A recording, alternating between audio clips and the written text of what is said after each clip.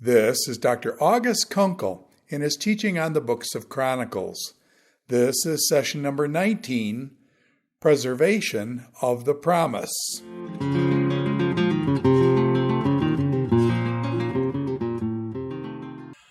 Well, the reign of Jehoshaphat ended on a very positive note with his defeat over the armies of Ammon and Moab and Edom.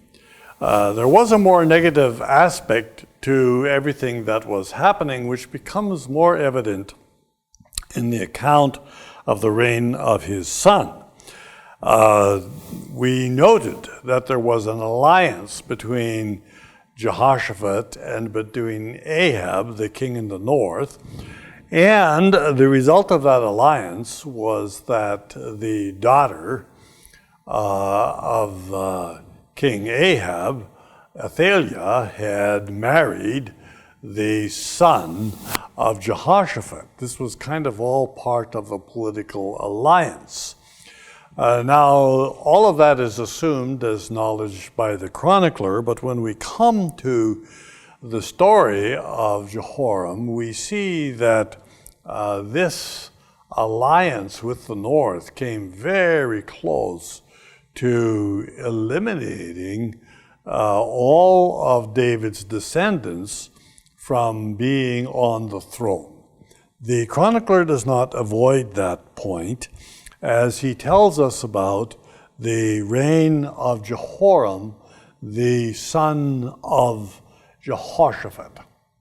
It can be a little bit confusing here because Ahab's son was also Jehoram. This was a practice in which the same name was given, which is another sign of the close relationship that there was between these two kings. From a political point of view, of course, Israel was the more powerful nation, and it sort of made sense that Jehoshaphat would be in alliance with Israel. But from the viewpoint of the kingdom of God, this was a very negative and bad thing, which does not reflect on the way in which the chronicler presents the reign of Jehoshaphat, but it certainly reflects on the reign of his son Jehoram. So the first thing that we see in the reign of Jehoram is the purge of the royal house by Athaliah, the queen, who was the daughter of Jezebel. And we see also further the subjugation of Edom. You'll recall that David had brought Edom to become part of the Israelite Empire. But of course, Edom was always resistant to that control and attempted to and succeeded in having their own prince and their own ruler act independently of Israel. So what Jehoram is able to do, and probably here reflects somewhat the help of his ally to the north, Israel, is bring Edom under subjugation, which means he's able again to use that port, that very important shipping center at Ezion-Geber. But here we have the negative side of Jehoram presented in a terrible letter from Elisha. This is one of the most intriguing things in the book of Chronicles, this letter that Elisha sends to Jehoram. Now, at one point, that may seem to be an immediate contradiction, because as we know from the book of Kings, Elisha was translated to heaven during the reign of Jehoshaphat. That's in 2 Kings chapter 2. And then we have the war against Moab in 2 Kings chapter 3. And so it seems that Jehoshaphat is the one that is going to war. But here we have Elisha still present during this war, and sending a terrible letter to Jehoram, the son of Jehoshaphat. Now, actually, this is not a chronological problem when we begin to understand the complexity of the system of chronology that is represented.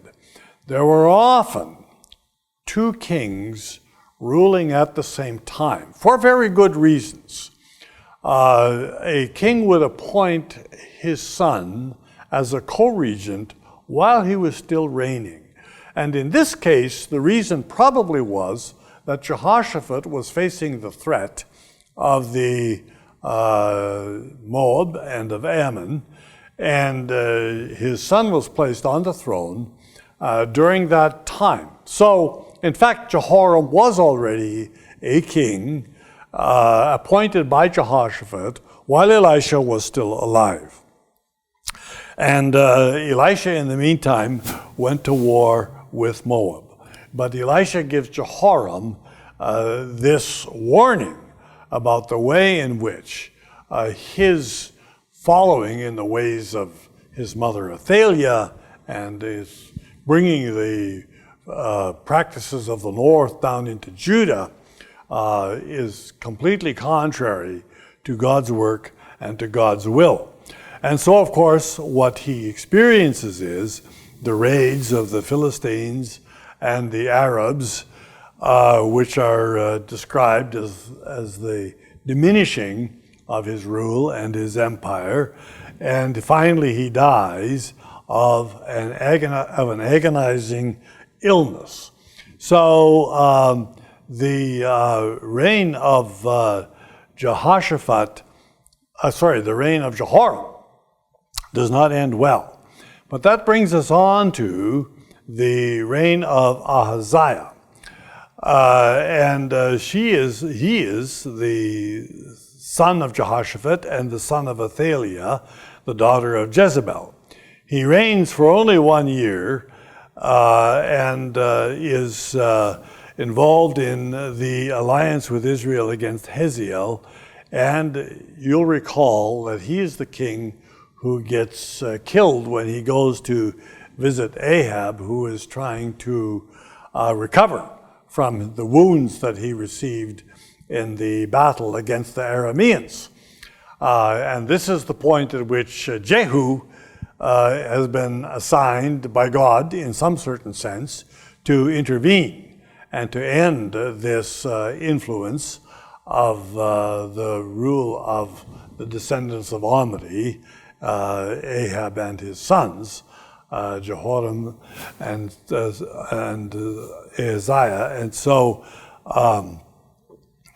this king is killed in just 1 year. So this is the point at which the threat against the descendants of David in the land of Judah comes close to being at an end. There is an attempt to eliminate all the heirs to the throne so that the north can completely take over the south. But, as the chronicler shall show us, there is an intervention by God, and a lamp is preserved for David. This is one of his favorite phrases, that God has determined that God shall preserve a lamp, a light, that is the house of David. And so we shall see how that story continues in our next episodes.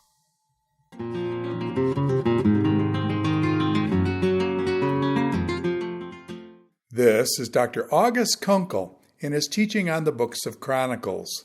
This is session number 19, Preservation of the Promise.